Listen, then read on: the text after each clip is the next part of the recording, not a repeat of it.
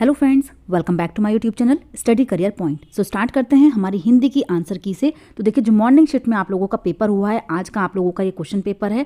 Paper 2 की हम लोग आंसर की डिस्कस कर रहे हैं, जिसमें सीडीपी पेपर 2 के लिए मैंने आप लोगों को आंसर की बता दी है। ये हम लोग हिंदी की आंसर की देखेंगे, जिनका जो लैंग्वेज है वो क्या है, लैंग्वेज 1 90 to 120 क्वेश्चन तक। ठीक है, जिनकी लैंग्वेज 1 है, देखिए ध्यान रखिएगा, लैंग्वेज 1 हिंदी जिनका है उसके लिए हम लोग ये पेपर देख रहे हैं। तो शुरुआत करते हैं पहले क्वेश्चन के साथ। तो देखिए यहाँ पर जो फर्स्ट क्वेश्चन आप लोगों को दिया गया है, भाषा अधिगम के बारे में कौन सा कथन सत्य है। तो देखिए यहाँ पर जो सही कथन है वो कौन सा हो जाएगा, तो वो है ऑप्शन नंबर 4।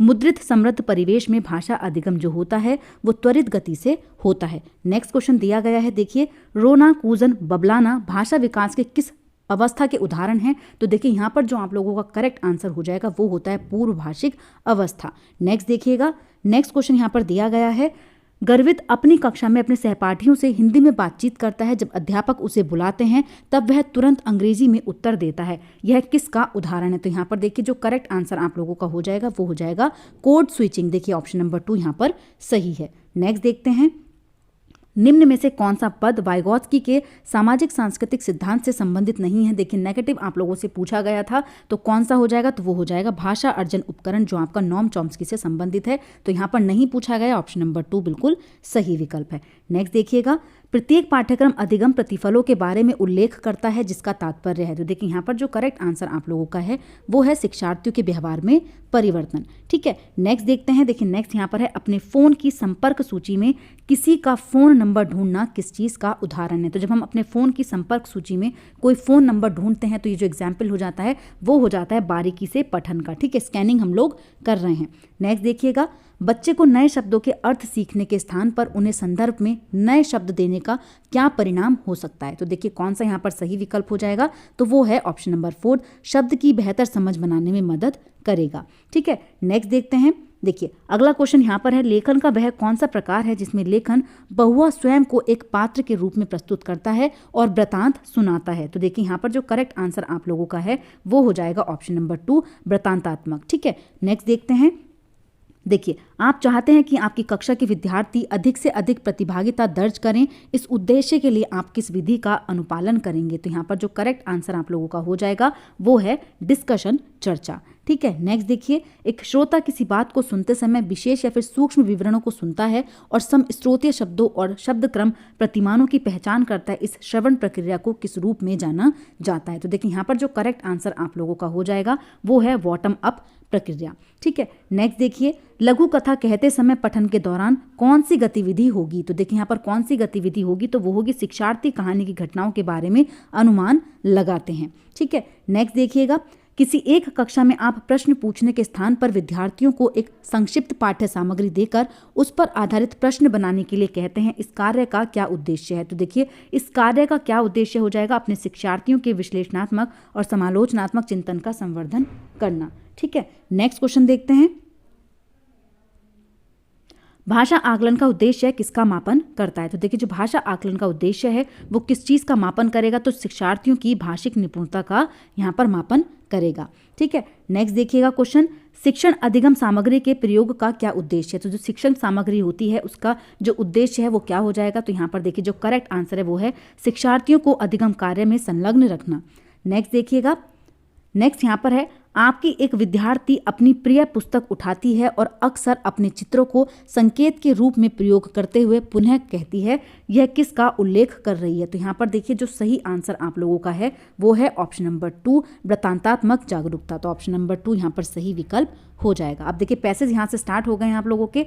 देखिए पहला क्वेश्चन पैसेज का यहाँ पर दिया गया है। देखिए नेक्स्ट यहाँ पर है, आत्म संस्कार के लिए क्या आवश्यक माना गया है। तो आत्म संस्कार के लिए देखिए यहाँ पर किस चीज़ को आवश्यक माना गया है, स्वतंत्रता परामर्शित, देखिए मानसिक स्वतंत्रता को यहाँ पर माना गया है। तो कौन सा विकल्प सही है, ऑप्शन नंबर 1। ठीक है, नेक्स्ट देखते हैं, देखिए मर्यादा पूर्वक जीवन व्यतीत करने के लिए कौन सा गुण होना चाहिए। तो यहाँ पर देखिए जो पैसेज से इसका आंसर है वो है यहाँ पर ऑप्शन नंबर 3, आत्मनिर्भरता। नेक्स्ट देखिएगा, युवाओं के किस प्रकार के व्यवहार की अपेक्षा की गई है। तो युवाओं के कौन से प्रकार की अपेक्षा की गई यहाँ पर, तो देखिए जो सही है वो है छोटे से कोमलता का व्यवहार करने की। नेक्स्ट देखिएगा, दब्बूपन की स्थिति किस परिणाम की ओर ले जाती है। देखिए जो दब्बूपन की स्थिति है वो किस परिणाम की तरफ लेके जाती है, शीर्ण संकल्प की तरफ लेकर के जाती है। नेक्स्ट देखिए आत्मनिर्भरता के साथ चरित्र में और कौन से गुण आवश्यक माने गए हैं। तो यहाँ पर देखिए जो सही विकल्प है वो है ऑप्शन नंबर 1 उत्साह और श्रद्धा को। देखिए बहुत ईजी यहाँ पर हम लोग बोलेंगे, पैसेज आए हैं आप लोगों के, जिस तरीके से मैंने आप लोगों को प्रैक्टिस कराई है सेम चीजें आप लोगों से देखिए यहाँ पर पूछी गई हैं। संस्कार शब्द से विशेषण बनेगा, देखिए कौन सा संस्कार शब्द से विशेषण बनेगा। तो देखिए संस्कार शब्द का जो विशेषण यहाँ पर हो जाएगा वो हो जाएगा ऑप्शन नंबर 3 संस्कारी।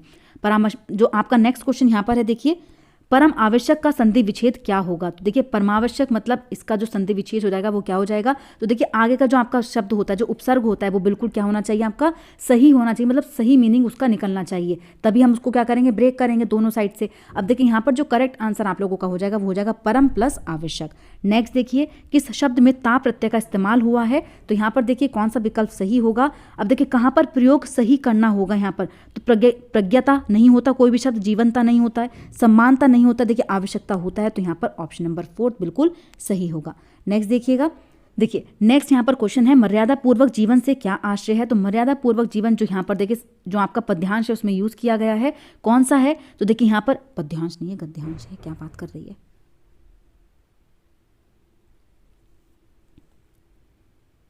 देखिए नेक्स्ट यहाँ पर है मर्यादा पूर्वक जीवन से क्या आशय है। तो मर्यादा पूर्वक जीवन, तो देखिए यहाँ पर जो इस्तेमाल किया गया है गद्यांश के अंदर वो है सदाचारी जीवन। ऑप्शन नंबर 3 जो है यहाँ पर बिल्कुल सही विकल्प है। ठीक है, नेक्स्ट देख लेते हैं।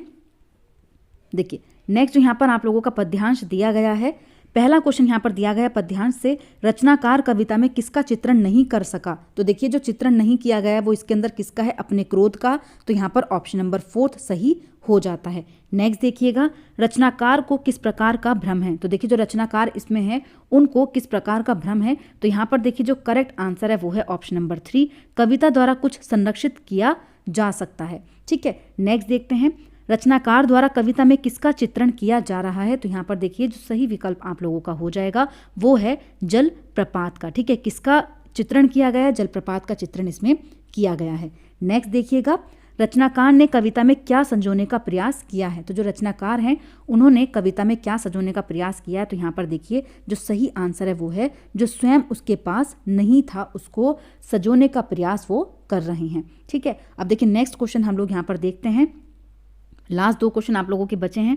कविता जरूर भारी हो जाएगी में कविता के भारीपन से क्या आशय है। तो देखिए कविता जरूर भारी हो जाएगी, यहाँ पर जो सही पॉइंट आप लोगों का है वो है कविता में भावों की गंभीरता होना। ठीक है, तो यहाँ पर ऑप्शन नंबर 4 बिल्कुल सही है। नेक्स्ट देखिए पूछा गया है जलप्रपात का समासिक विग्रह क्या है। जो समास विग्रह है वो पूछा गया है जलप्रपात का। तो कौन सा यहाँ पर सही पॉइंट है। तो देखिए जल से प्रपात तो नहीं होता, जल पर प्रपात भी नहीं होता, जल में प्रपात भी नहीं होता है। कौन सा सही है, तो वो है जल का प्रपात। ठीक है, तो यहाँ पर कौन सा विकल्प सही है, ऑप्शन नंबर 4 जो है वो यहाँ पर सही हो जाएगा। ठीक है, तो देखिए जितने भी क्वेश्चंस थे आप लोगों के 90 to 120 क्वेश्चंस मैंने आप लोगों को करा दिए हैं। नेक्स्ट जो आप लोगों की देखिए यहाँ पर आने वाली है एसएसटी पेपर 2 के लिए हम लोग आंसर की देखेंगे। ठीक है, तो अभी क्लास हम लोग यहीं पर कंप्लीट करते हैं। अगर आप लोगों को मेरी क्लास अच्छी लगी हो तो प्लीज़ मेरे चैनल को लाइक करें, सब्सक्राइब करें और शेयर करें। ऐसे ही और वीडियोज़ के लिए मेरे चैनल पर बने रहिए। Thank you.